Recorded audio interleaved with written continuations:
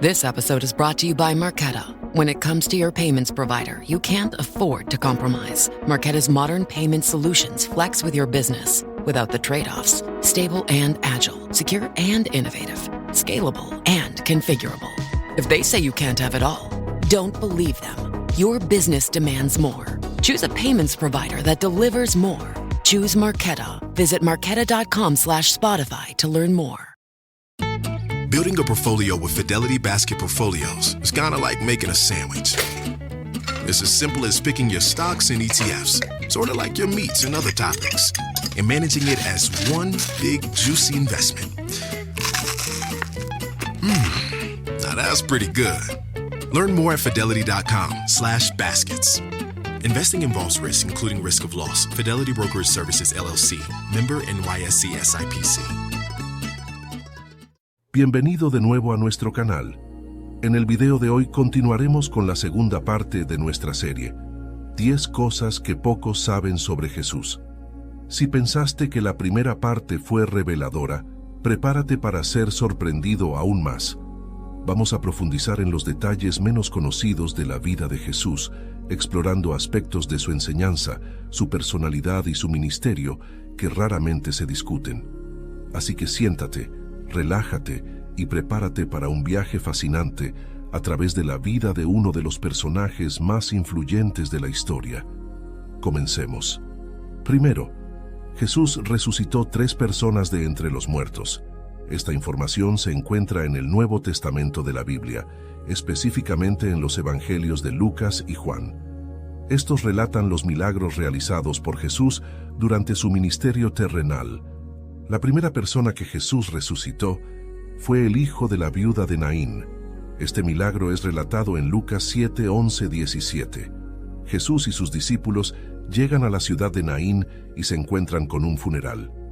La persona fallecida es el único hijo de una viuda, lo que la deja en una situación de gran aflicción y desamparo. Al ver esto, Jesús se conmueve y se acerca al ataúd. Entonces pronuncia las palabras: «Joven, a ti te digo, levántate». Inmediatamente el joven se levanta y comienza a hablar, devolviéndolo a la vida. Este milagro causa asombro entre la multitud y se difunde rápidamente por toda la región. La segunda persona que Jesús resucitó fue la hija de Jairo. Este relato aparece en Marcos 5, 22 al 24, 35 al 43 y Mateo 9, 18 al 26. Jairo, un gobernante de la sinagoga, se acerca a Jesús desesperadamente porque su hija está gravemente enferma, al punto de la muerte. Mientras Jesús se dirige a la casa de Jairo, llegan mensajeros informando que la niña ha muerto. Jesús, sin embargo, les dice que no teman, sino que crean. Al llegar a la casa, encuentra a la multitud llorando y lamentándose. Jesús les dice que la niña no está muerta, sino que duerme. Él entra en la habitación donde yace la niña, toma su mano y la hace levantar diciendo: «Talita cumi», que significa: «Niña, a ti te digo, levántate». Inmediatamente la niña se levanta y comienza a caminar, para asombro de sus padres y de los presentes. La tercera persona que Jesús resucitó fue Lázaro. Este es uno de los milagros más conocidos de Jesús y se encuentra en Juan 11, 1-44. Lázaro era un amigo cercano de Jesús, junto con sus hermanas Marta y María. Jesús se entera de la enfermedad de Lázaro, pero, en lugar de ir inmediatamente, espera 2 días antes de partir hacia Betania, donde vivían ellos. Cuando Jesús llega, Lázaro ya había estado muerto y enterrado por 4 días. Marta y María, las hermanas de Lázaro, se lamentan ante Jesús por su tardanza. Pero Jesús les asegura que Lázaro resucitará. Jesús entonces se dirige al sepulcro y, a pesar de las dudas de algunos presentes, ordena que se quite la piedra que lo sella. Luego, dirige una oración al Padre, agradeciéndole por haberle escuchado, y a continuación grita con voz fuerte: «Lázaro, ven fuera». Lázaro sale del sepulcro, envuelto en vendas, con vida nuevamente, para asombro y alegría de todos los presentes. Los relatos de Jesús resucitando a 3 personas de entre los muertos tienen varios significados que trascienden la mera demostración de su poder milagroso. Estos milagros son evidencia de la divinidad de Jesús. En la tradición judía, solo Dios tenía el poder de dar vida. Y al resucitar a estas personas, Jesús está demostrando que posee ese poder divino. En la tradición judía, se esperaba que el Mesías realizara ciertos milagros, incluida la resurrección de los muertos. Estos milagros cumplen con las expectativas mesiánicas y confirman la identidad de Jesús como el Mesías prometido. En cada uno de estos relatos, Jesús muestra compasión hacia las personas que están sufriendo, ya sea consolando a una viuda que ha perdido a su único hijo, respondiendo a la angustia de un padre por su hija moribunda, o consolando a unas hermanas afligidas por la pérdida de su hermano. Jesús demuestra su profundo amor por la humanidad y su deseo de aliviar el sufrimiento humano. Más allá del significado literal de estos milagros, también tienen un significado espiritual más profundo. La resurrección de estas personas físicamente muertas simboliza la salvación espiritual que Jesús ofrece a todos los creyentes. Así como Él tiene poder sobre la muerte física, también tiene poder sobre la muerte espiritual, ofreciendo la esperanza de vida eterna a través de la fe en Él. Estos milagros también prefiguran la resurrección de Jesús mismo. Su propia resurrección es el evento central del cristianismo y la base de la fe cristiana. Al resucitar a estas personas, Jesús anticipa su propia resurrección y establece un precedente para lo que vendrá después. La segunda cosa que pocos saben acerca de Jesús es que su ministerio duró aproximadamente 3 años y medio, durante los cuales participó en varias fiestas de Pascua. El ministerio de Jesús es un periodo crucial en la narrativa bíblica, que se extiende a lo largo de aproximadamente 3 años y medio, aunque las estimaciones exactas pueden variar ligeramente entre diferentes fuentes teológicas y académicas. Durante este tiempo, Jesús llevó a cabo una serie de enseñanzas, milagros y encuentros significativos que se registran en los Evangelios del Nuevo Testamento. Una de las características notables de su ministerio fue su participación en varias fiestas de Pascua. La Pascua era una festividad judía importante que conmemoraba la liberación del pueblo de Israel de la esclavitud en Egipto. Según el relato bíblico, Jesús asistió a al menos 3 fiestas de Pascua durante su ministerio. Estas festividades no solo proporcionaron un contexto cultural y religioso para los eventos que tuvieron lugar durante el ministerio de Jesús, sino que también sirvieron como momentos significativos en los que Jesús realizó actos y pronunció discursos que profundizaron su significado espiritual y teológico. Por ejemplo, en una de las fiestas de Pascua, Jesús realizó el milagro de la multiplicación de los panes y los peces, alimentando a una multitud hambrienta y enseñando sobre su identidad como el pan de vida que satisface las necesidades espirituales más profundas de las personas. En otra ocasión, durante la Pascua, Jesús entró triunfalmente en Jerusalén montado en un burro, un evento que simboliza su realeza mesiánica, según la profecía del Antiguo Testamento. Además de la Pascua, Jesús también participó en otras festividades judías importantes, como la fiesta de los tabernáculos y la fiesta de la dedicación, que proporcionaron oportunidades adicionales para la enseñanza, el ministerio y la interacción con aquellos que buscaban entender su mensaje y su misión.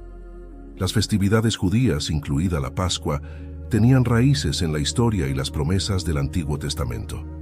La participación de Jesús en estas festividades resalta cómo Él cumplió las profecías mesiánicas y cómo su vida y ministerio estaban en continuidad con la historia y la tradición judías. Cada festividad proporcionaba a Jesús una plataforma para enseñar y demostrar aspectos clave de su identidad y misión. Por ejemplo, durante la Pascua, Él se reveló como el Cordero de Dios, sacrificado por el perdón de los pecados, mientras que en la fiesta de los tabernáculos proclamó ser la fuente de agua viva. Estos eventos ayudaron a establecer su autoridad y aclarar su propósito divino. Las festividades eran momentos en los que grandes multitudes de judíos se reunían en Jerusalén. La participación de Jesús en estas festividades proporcionaba oportunidades para interactuar con una amplia gama de personas, desde líderes religiosos hasta seguidores comunes permitiéndole difundir su mensaje a una audiencia más amplia. La Pascua y otras festividades tenían un profundo significado nacional y religioso para el pueblo judío.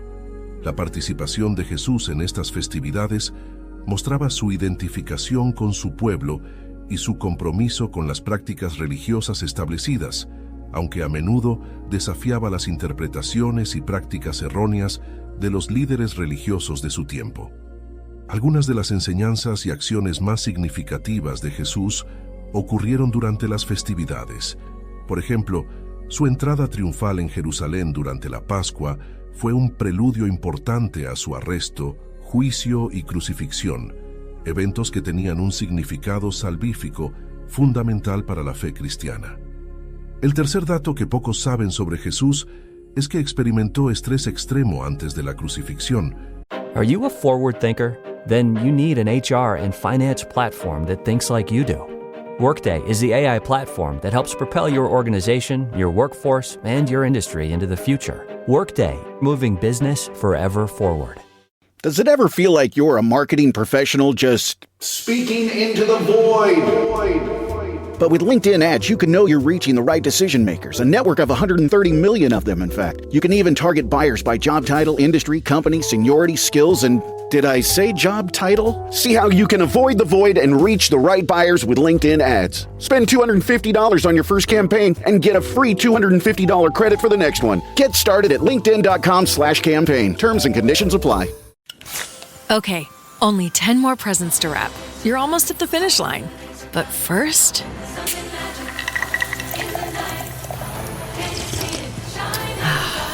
There, the last one.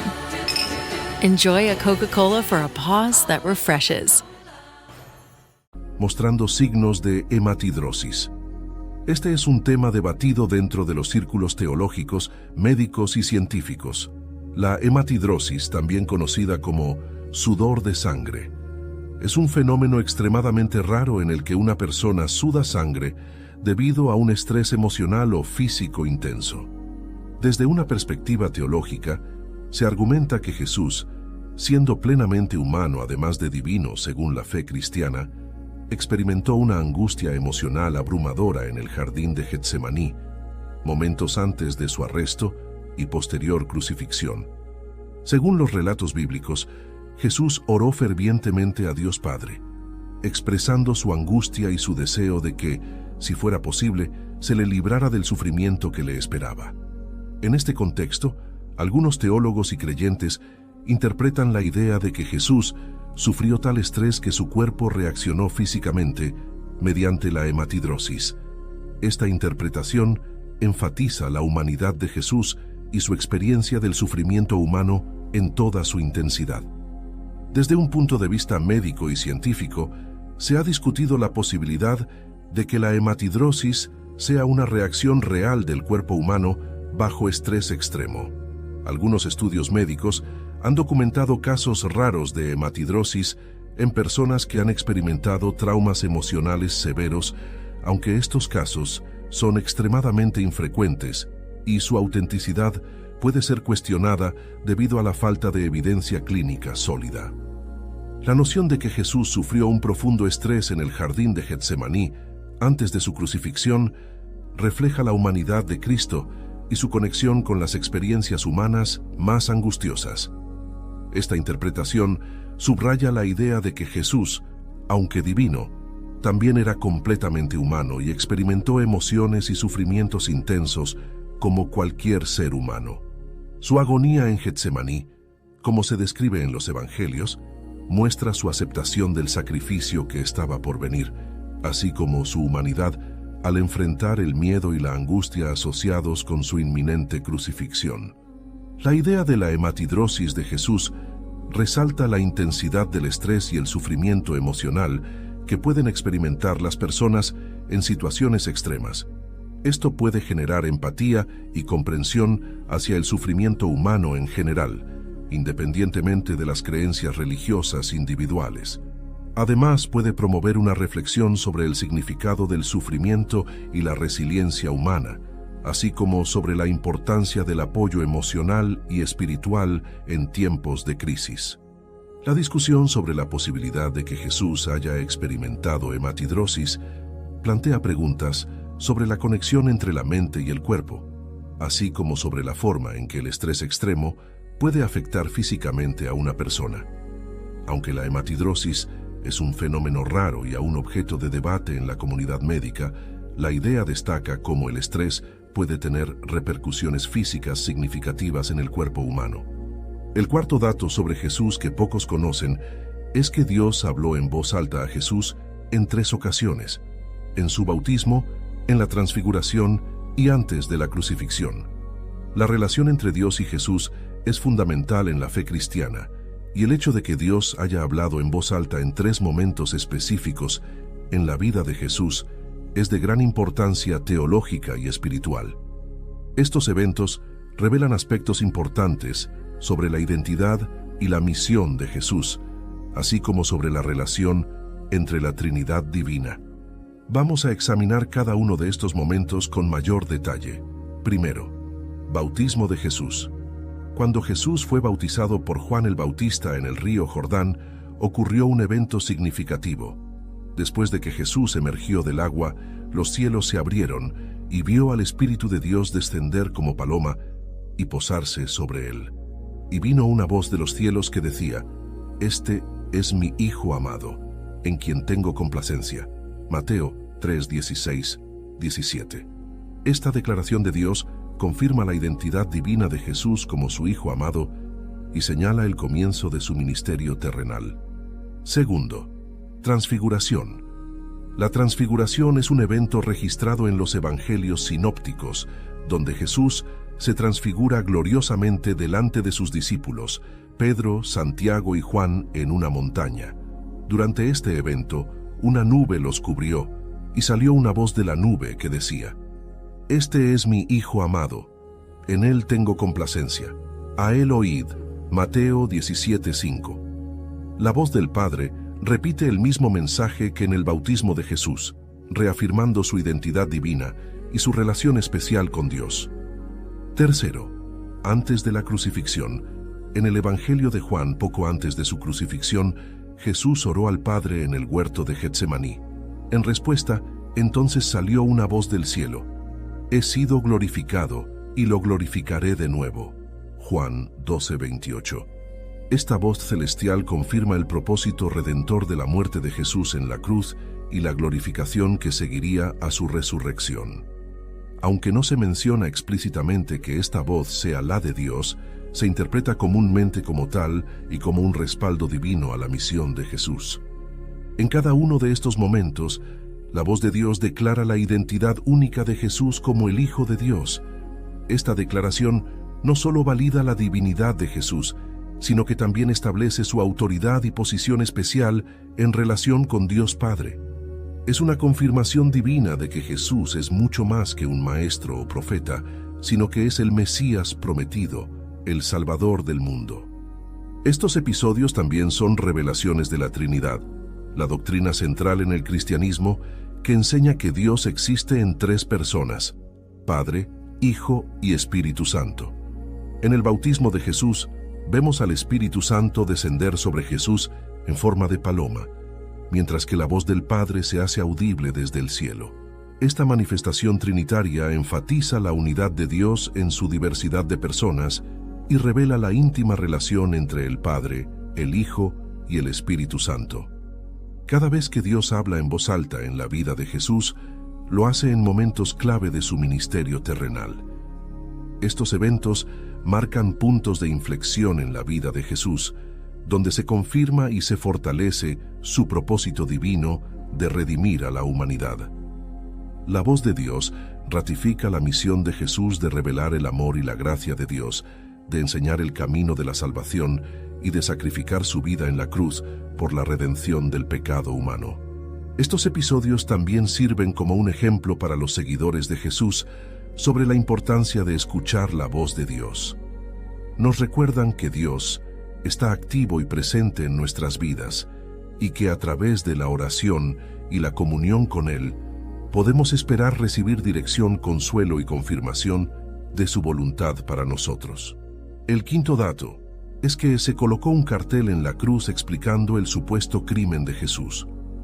La colocación de un cartel en la cruz que explicaba el crimen de Jesús es un detalle significativo que se encuentra en los relatos bíblicos de la crucifixión de Jesucristo.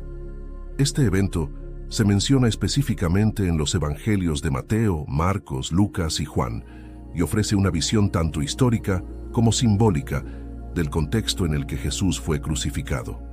En el contexto de la crucifixión romana, era común que se colocara un titulus, que significa cartel, sobre la cruz que identificara el crimen por el cual la persona estaba siendo ejecutada. Este cartel tenía la función de informar al público sobre la naturaleza de los delitos y servía como una advertencia para aquellos que pudieran contemplar el castigo. Aunque los evangelios varían en los detalles exactos del contenido del cartel, todos ellos indican que se colocó sobre la cruz de Jesús una inscripción que identificaba su crimen.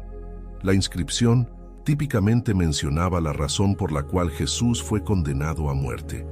Por ejemplo, en el Evangelio de Juan se menciona que el titulus decía Jesús el Nazareno, el Rey de los Judíos, Juan 19:19.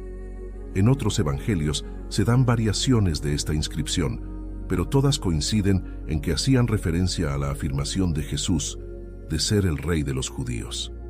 Aunque los autores del cartel probablemente pretendían burlarse de Jesús al describirlo como el Rey de los Judíos, esta inscripción proclamaba inadvertidamente la verdad sobre su identidad y propósito como el Mesías esperado. En lugar de ser una desacreditación, el cartel señalaba la soberanía de Jesús sobre el reino espiritual y su papel como el Rey prometido en las Escrituras. La colocación del cartel aseguraba que aquellos que presenciaban la crucifixión fueran conscientes de la razón por la cual Jesús estaba siendo ejecutado. If we knew more about our sleep, what would we do differently? Would we go to bed at a consistent time or take steps to reduce interruptions to our sleep? With the all-new Sleep Score, Apple Watch measures your bedtime consistency, interruptions, and sleep duration. Then, every morning it combines these factors into an easy-to-understand score from 1 to 100. So you'll know how to take the quality of your sleep from good to excellent. Introducing the new Sleep Score on Apple Watch. iPhone 11 or later required. This podcast is brought to you by Carvana. Carvana lets you buy your next car on your terms. Explore a massive inventory online, filter for what matters, and find your perfect match. Then choose delivery to your home or pick it up at one of Carvana's iconic car vending machines. Every car also comes with a 7-day money-back guarantee, so you can make sure it's the right fit. Buy your car on Carvana. Delivery or pickup fees may apply. Limitations and exclusions may apply. See our 7-day return policy at Carvana.com. Carvana.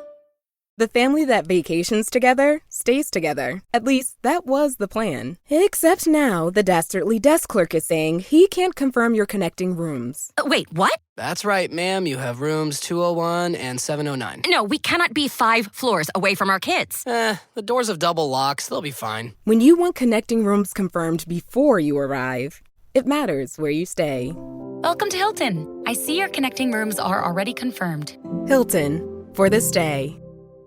Esto garantizaba que no hubiera confusión sobre la naturaleza de sus crímenes y proporcionaba un testimonio público claro de los eventos que llevaron a su muerte. La descripción del crimen de Jesús como el Rey de los Judíos también puede interpretarse en el contexto del cumplimiento de las profecías mesiánicas del Antiguo Testamento. Esta inscripción sobre la cruz no solo cumplió con las prácticas romanas de identificación del delito, sino que también cumplió con las promesas divinas de enviar un Salvador y Rey para Israel y el mundo. Aunque los líderes religiosos y políticos intentaron desacreditar a Jesús al identificarlo como un impostor o rebelde, Dios utilizó incluso sus acciones malvadas para cumplir su propósito de redención. La misma inscripción que buscaba humillar a Jesús se convirtió en un testimonio de su verdadera identidad y misión divina. La colocación del cartel sobre la cruz destaca la soberanía de Dios sobre los eventos de la crucifixión. A pesar de los esfuerzos humanos por detener o desacreditar a Jesús, Dios estaba obrando a través de estos acontecimientos para llevar a cabo su plan de salvación para la humanidad. El sexto dato que pocos saben sobre Jesús es que la tumba de Jesús estaba triplemente protegida para evitar interferencias externas. La protección de la tumba de Jesús es un aspecto significativo en el relato bíblico de la resurrección. Se menciona en los evangelios que la tumba de Jesús fue asegurada con múltiples medidas de seguridad para evitar interferencias o manipulaciones. Se describe en los evangelios que la tumba de Jesús fue una cueva tallada en la roca, y la entrada estaba sellada con una gran piedra. Esta roca era lo suficientemente grande como para cubrir la entrada de la cueva, y requería varios hombres para moverla. Mateo 27:60 relata cómo José de Arimatea roló una gran roca a la entrada de la tumba. Además de la piedra que cerraba la entrada, los evangelios también mencionan que la tumba fue sellada con un sello romano. Este sello era una marca oficial que se colocaba en objetos o estructuras importantes para indicar que estaban bajo la autoridad del gobierno romano. La ruptura de este sello constituía un grave delito penal. Quizás la medida de seguridad más significativa fue la presencia de guardias romanos colocados fuera de la tumba. Mateo 27:65-66 describe cómo los líderes religiosos judíos, preocupados de que los discípulos de Jesús pudieran intentar robar el cuerpo, pidieron a Pilato que asegurara la tumba. Pilato accedió y envió guardias romanos para custodiar la tumba y prevenir cualquier interferencia. Estas tres medidas combinadas proporcionaron una seguridad considerable para la tumba de Jesús. La roca grande cerraba físicamente la entrada. El sello romano garantizaba la autenticidad y la autoridad del cierre, y la presencia de los guardias romanos proporcionaba una protección adicional contra cualquier contratiempo. Sin embargo, a pesar de estas precauciones, los evangelios relatan que la tumba quedó vacía el tercer día después de la crucifixión de Jesús, lo que llevó a la creencia cristiana en la resurrección. Este evento transformador es el punto central de la fe cristiana y ha sido objeto de debate y análisis durante siglos. En un nivel, estas medidas de seguridad pueden ser vistas como el cumplimiento de las profecías del Antiguo Testamento sobre el Mesías. Por ejemplo, en Isaías 53:9, se profetiza que el Mesías sería puesto en una tumba con los impíos, aunque nunca cometió injusticia ni dijo mentira alguna. La colocación de Jesús en una tumba, que aunque prestada, y las medidas de seguridad pueden ser interpretadas como un cumplimiento de estas profecías. El hecho de que se tomaran tales precauciones para asegurar la tumba de Jesús puede verse como una confirmación adicional de su muerte. Esto es relevante porque algunos críticos han sugerido teorías alternativas sobre la muerte de Jesús, como la teoría del desmayo, que sostiene que Jesús no murió realmente en la cruz. Sin embargo, las medidas de seguridad, incluyendo la presencia de los guardias romanos, respaldan la certeza de su muerte y sepultura. Las medidas de seguridad también pueden interpretarse como una resistencia deliberada a la manipulación humana o la intervención fraudulenta. En un contexto en el que había tensiones políticas y religiosas, así como la posibilidad de disturbios civiles, era importante para las autoridades romanas y judías mantener la paz y evitar la propagación de rumores o rebeliones. Asegurar la tumba de Jesús con un sello y guardias romanos servía para disuadir cualquier intento de alterar el cuerpo o propagar falsas afirmaciones sobre una resurrección. Paradójicamente, estas medidas de seguridad, diseñadas para evitar la manipulación o interferencia, terminaron siendo parte de la confirmación de la resurrección de Jesús. El hecho de que la tumba quedara vacía, a pesar de las precauciones extremas, refuerza la creencia cristiana en la resurrección como un evento sobrenatural que trasciende los esfuerzos humanos por controlar o suprimir la verdad. Continuando con el video, el séptimo dato que muchos desconocen sobre Jesús es que María estuvo presente tanto en el nacimiento como en la muerte de Jesús. Este es un aspecto significativo en la narrativa cristiana y está bien documentado en los evangelios y en la tradición cristiana. María desempeña un papel central en el relato del nacimiento de Jesús según los evangelios de Mateo y Lucas. En el evangelio de Lucas se nos presenta la Anunciación, donde el arcángel Gabriel visita a María para informarle que ella dará a luz al Hijo de Dios. Después de aceptar humildemente este papel, María da a luz a Jesús en Belén, donde ella y José se encontraban debido al censo ordenado por el emperador romano. María es retratada como una figura piadosa y obediente a la voluntad de Dios, quien acepta su papel en el plan divino de salvación. En los relatos de la crucifixión de Jesús, María también está presente. En el Evangelio de Juan, María está junto a la cruz de Jesús, junto con otras mujeres y el apóstol Juan. Jesús, desde la cruz, encomienda a su madre a Juan y a Juan a su madre, lo que algunos interpretan como una indicación de que Jesús confía el cuidado de su madre a su discípulo amado.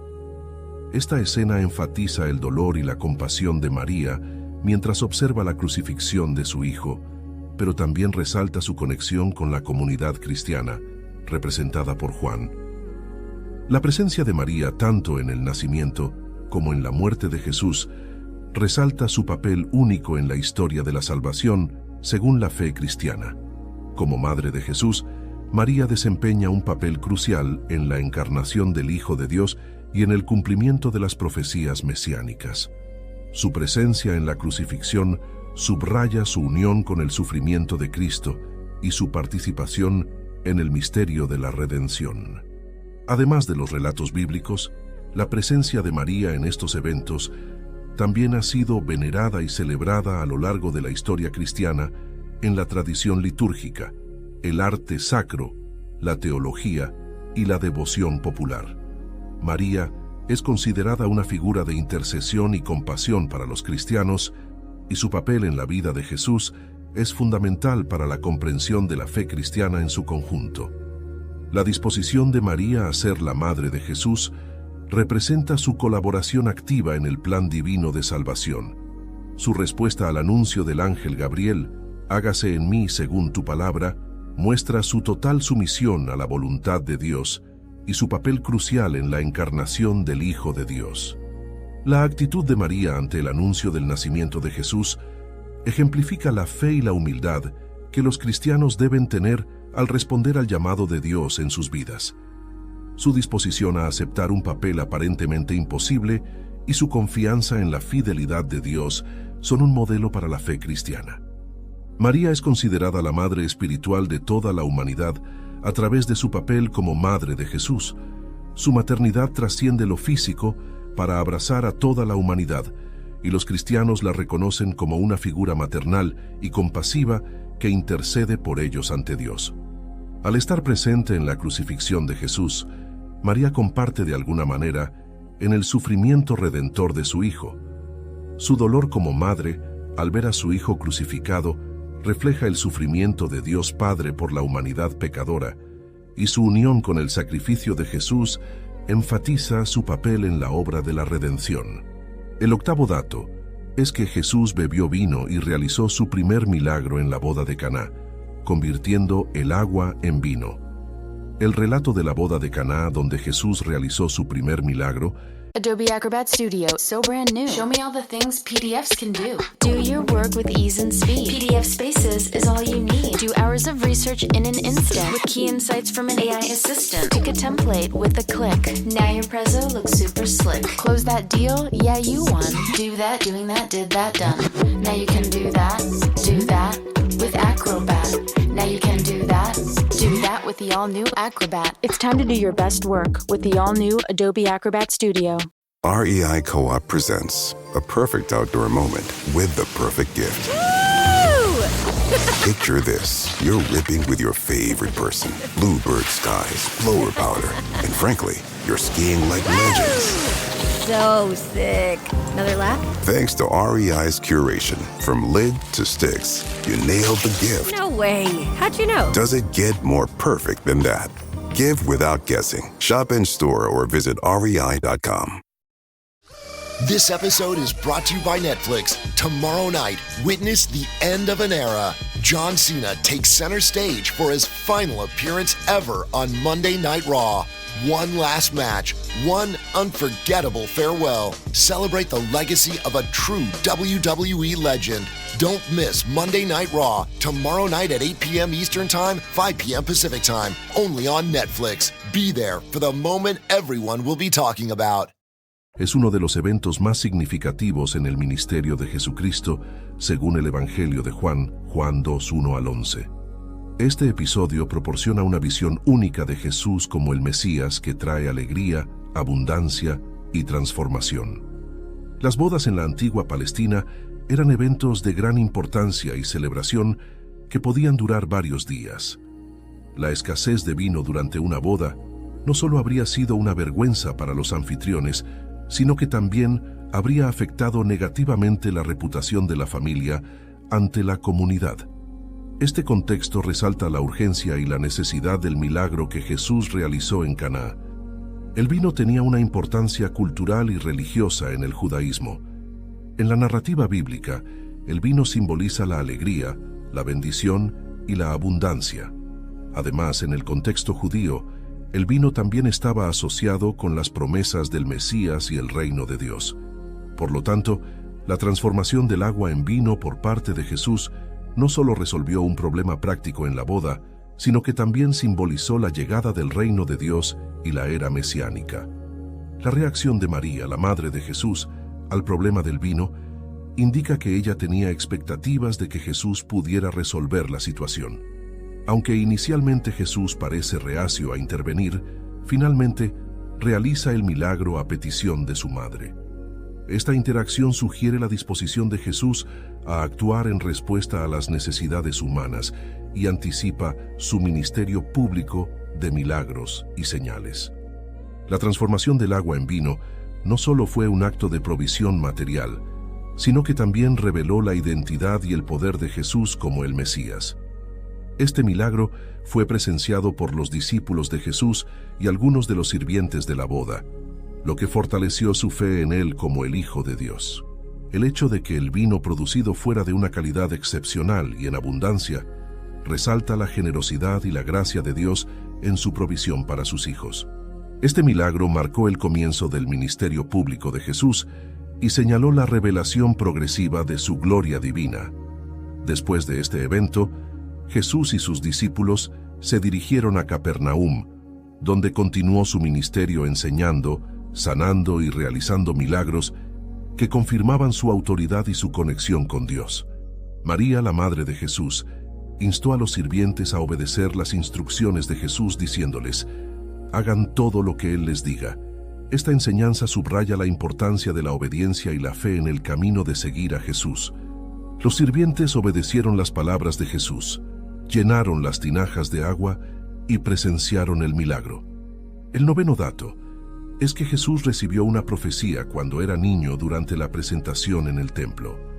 Esta profecía se encuentra en el Evangelio de Lucas, capítulo 2, versículos del 25 al 35. Este pasaje relata el encuentro de María y José con un hombre justo y piadoso llamado Simeón en el templo de Jerusalén, cuando llevaron a Jesús para presentarlo al Señor conforme a la costumbre de la ley de Moisés.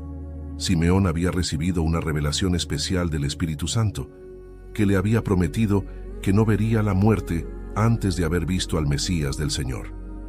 Cuando vio a Jesús en el templo, tomó al niño en sus brazos y bendijo a Dios, alabándolo por cumplir su promesa de permitirle ver al Salvador del mundo. La declaración de Simeón sobre Jesús como el Mesías esperado va más allá de una simple identificación. Revela que Jesús es el cumplimiento de las promesas mesiánicas del Antiguo Testamento y la encarnación del plan redentor de Dios para la humanidad. Jesús es el Salvador prometido, el Cordero de Dios que quita el pecado del mundo, Juan 1:29, y su venida marca el inicio de una nueva era de gracia y salvación para todos los que creen en Él. La profecía de Simeón sobre Jesús como una luz para los gentiles enfatiza la naturaleza universal de su misión. Jesús vino no solo para el pueblo judío, sino para toda la humanidad. Su ministerio trasciende las barreras étnicas y culturales, y su mensaje de salvación se extiende a todas las naciones del mundo. Jesús es la luz que ilumina las tinieblas espirituales y guía a las personas hacia la verdad y la vida eterna. La descripción de Jesús como una señal de contradicción señala la polarización que su mensaje y su obra provocarían en las personas. La presencia de Jesús revelaría los corazones de las personas. Algunos lo recibirían con fe y devoción, mientras que otros lo rechazarían y se opondrían a él. Esta profecía anticipa las divisiones y controversias que surgirían en torno a Jesús, tanto durante su ministerio terrenal como en la historia posterior del cristianismo. La predicción de Simeón sobre una espada que atravesaría el alma de María destaca el sufrimiento y el dolor que experimentaría como madre de Jesús. Este sufrimiento alcanzaría su punto máximo en la crucifixión de Jesús, cuando María estaría presente en la agonía de su hijo en la cruz. Sin embargo, también señala el papel central de María en la obra redentora de Dios y su participación en el plan divino de salvación. El 10º y último dato que pocos saben sobre Jesús es que Juan el Bautista era primo segundo de Jesús. Juan el Bautista, también conocido como Juan el Precursor, desempeñó un papel fundamental en el ministerio de Jesucristo como el que preparó el camino para la venida del Mesías. La relación entre Juan el Bautista y Jesús como primos segundos es un detalle interesante que nos ayuda a comprender mejor su conexión y la dinámica familiar en el contexto bíblico. Según los relatos bíblicos, Juan el Bautista era hijo de Zacarías, un sacerdote judío, y de Isabel, quien era pariente de María, la madre de Jesús.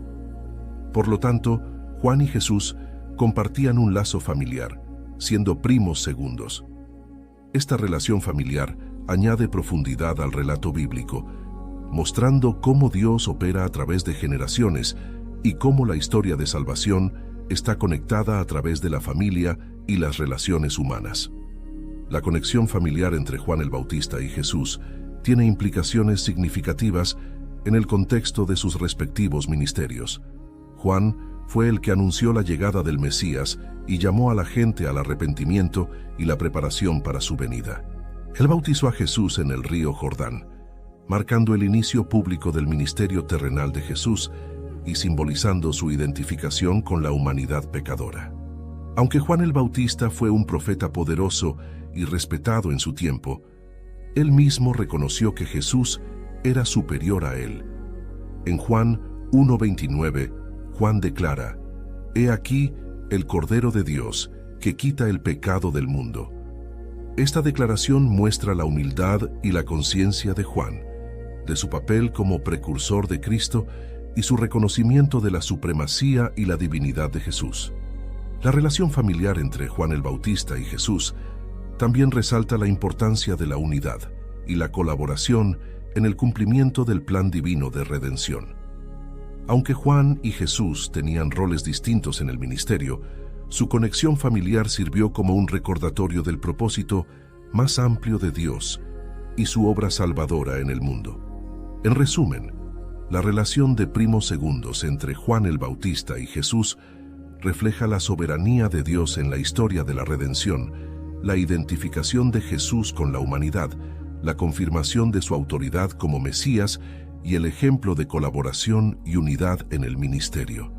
Esta conexión familiar enriquece nuestra comprensión del plan divino de salvación y nos anima a seguir el ejemplo de Juan y Jesús en nuestra propia vida de fe y servicio.